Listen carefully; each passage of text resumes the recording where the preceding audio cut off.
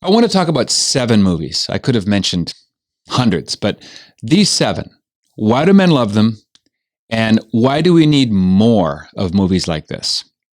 So let's start with the last thing first. Why do we need more? Well, we're in the middle of an unprecedented crisis in our culture, in America and the West generally. And it goes by many different names. You can call it the crisis of masculinity, the father wound, basic fatherlessness, the dearth of manhood, the death of manhood, many different ways to say the same thing.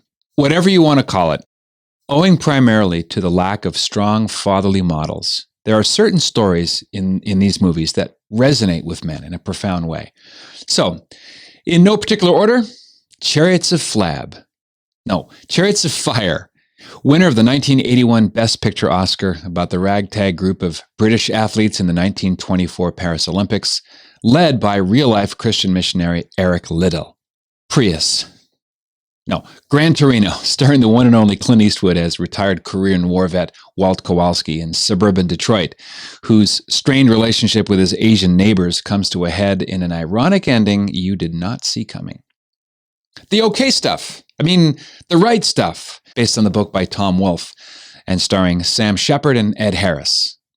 This movie tracks the training of the first generation of Gemini astronauts whose testing of metal, METTLE, formed the basis of the Apollo program. Braveheart, Mel Gibson's classic biopic of William Wallace, full of memorably violent battle scenes and a love story women can enjoy too. Gladiator, director Ridley Scott's best picture film about a Roman slave named Maximus, who comes back from exile and overcomes betrayal to confront a truly evil Caesar Commodus, played to creepy perfection by Joaquin Phoenix. Remembering Private Ryan, Saving Private Ryan, an inadvertent allegory of the incarnation of Christ, neatly disguised as a World War II drama starring Tom Hanks and the young, toothy-grinned Matt Damon, based on a script outlined by Eddie Doherty from the film The Fighting Sullivans in the 40s. Finally, The Mediocre Seven. The Magnificent Seven, which launched the careers of Steve McQueen and Charles Bronson, starring the great Yul Brynner as a gunslinger who gathers together a posse to protect a group of Mexican farmers. All phenomenal films. What is it about these classics that fires male viewers up and makes them want to watch it again and again? What's the secret sauce? I think it comes down to something really simple. The hero protagonists in all of these movies are dangerous. Not evil dangerous in themselves, but rather dangerous if you're evil and you're unlucky enough to cross their path. All these movies are about men who want something badly and are prevented by unbelievable obstacles from getting what they want. Whether what they want is the girl or the safety of neighbors or to break the speed of sound barrier or the protection of ungrateful strangers or the life of a private who's a total stranger behind enemy territory.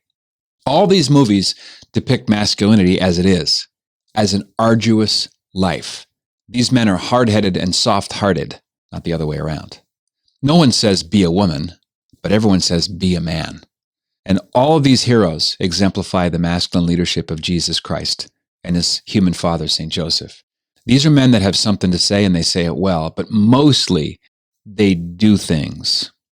They're men not of talk, but of action.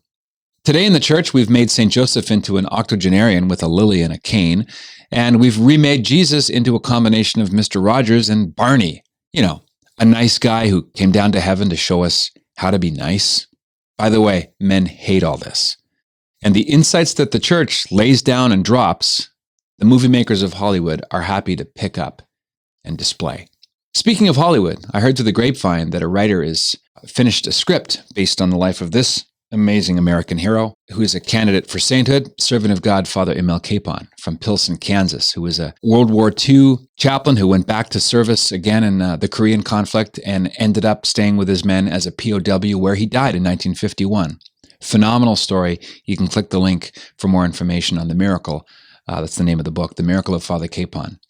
Amazing, amazing man's man. And finally, 60 years later, he was finally awarded the Presidential Medal of Honor. So, Father Emil Capon, ora pro nobis. We have a culture to take back. We can't do it alone, so let's do it together. In the meantime, be a saint.